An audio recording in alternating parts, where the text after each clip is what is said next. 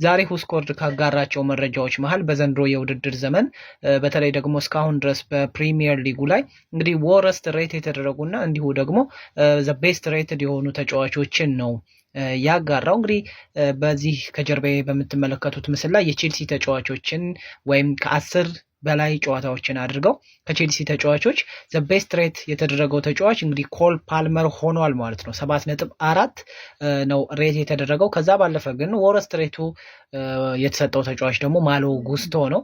የሌላ ክለብ ደግሞ ሲቲ ቤት ሃላንድ ነው። ሲቲ ቤት ሃላንድ 7.37 ያህል ሬት ተደርጓል። ከዛ ባለፈ ማኑኤል አካንጂ ዘ ወረስት ሬት የተሰጠው ተጫዋች ነው፣ በጣም ዝቅተኛው ከሲቲ ተጫዋቾች። የእናንተስ ማን ነው?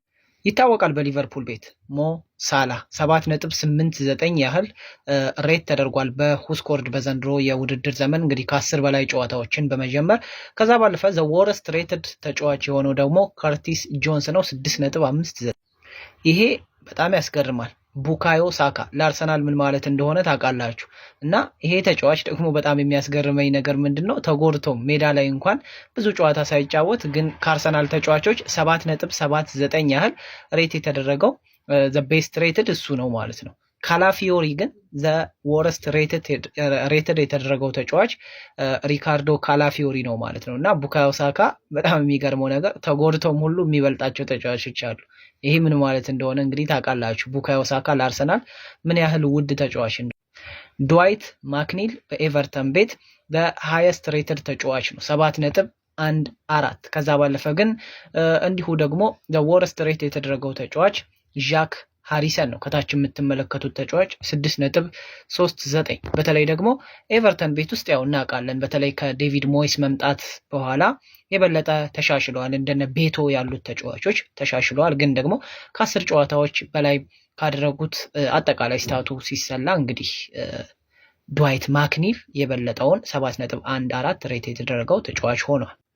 ዣድ ቤድናሪክ ዘ ሃይስት ሬትድ ተጫዋች ነው በሳውዛምፕተን ቤት ውስጥ። በተለይ ደግሞ በዘንድሮ የውድድር ዘመን ላለመውረድ አንለውም፣ ያው በቃ መውረዱን ያረጋገጠ ብለን ማለት እንችላለን ሳውዛምፕተን ካለው ነጥብ አንጻር። ለማንኛውም ግን ዘ ወረስት ሬትዱ ተጫዋች ደግሞ ዣክ ስቲቨንስ ነው። 5.95 ያህል ነው ሁስኮርድ ሬት ያደረገው ከ10 ጨዋታዎች በላይ ጀምሮ። ይሄ ወደ ቶተንሃም ቤት ስንመጣ እንግዲህ ቶተንሃም ሆትስፐርስ ሰን ሂንግሚን ካፒቴኑ እንግዲህ 7.15 ያህል ዘ ሃይስት ሬትድን ያስመዘገበ ወይም ዘ ሃይስት ሬት የተደረገ ተጫዋች ነው በሁስኮርድ ዘንድ። ለማንኛውም ግን አርኪ ግራይ እንዲሁ ደግሞ ዘ ወረስት ሬትድ የተሰጠው ተጫዋች ነው እና 6.2 ያህል ነው ሬት የተደረገው አርኪ ግራይ።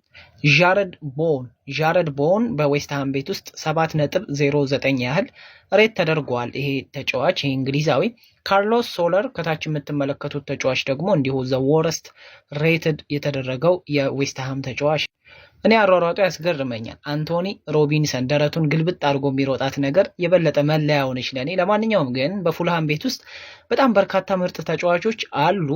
ግን ዘ ሃይስት ሬትድ የተደረገው ተጫዋች አንቶኒ ሮቢንሰን ነው 7.14። ከዛ ባለፈ ኢሳ ዲዮፕ ግን 6.32 ያህል ሎወስት ሬት ወይም ደግሞ ዘ ወረስት ሬትድን ያስመዘገበ ተጫዋች ሆኗል ማለት ነው። ሬት ተደርጓል በ6.32። ብሪያን ምቡሞ የበርካታ ትልልቅ ክለቦች አይን ወደፊት ያርፍበታል ብዬ የምጠብቀው ተጫዋች 7.37። ይሄ ካሜሮናዊ ዘ ሃይስት ሬትድ ነው በሁስኮርድ ዘንድ። እንዲሁ ክሪስቶፈር አየር 6.48 ያህል ዘ ወረስት ሬትድን ያስመዘገበው ወይም የተደረገው ተጫዋች ነው። የዘንድሮ ክስተት የሆነው ቡድን ኖቲንግሃም ፎረስት ሞርጋን ጊብስ ዋይት፣ ይሄ ትክክለኛው ይመስለኛል። በተለይ ደግሞ ምናልባት እኔ የዚህ ልጅ አጨዋወት ስለምወደው ሊሆን ይችላል፣ ግን አድልቼ እንዳይሆን። ኤኒዌይስ ግን ሁስኮርድም ቢሆን 7.08 ያህል ኖቲንግሃም ተጫዋቾች ከሌሎቹ እንግዲህ ሃይስት ሬትድን ያስመዘገበው ተጫዋች ነው። ለማንኛውም ግን አሌክስ ሞሬኖ ይሄ ተጫዋች ደግሞ 6.52 ያህል ነው እንግዲህ በኖቲንግሃም ቤት ውስጥ ዘ ወረስት ሬት የተደረገው ተጫዋች።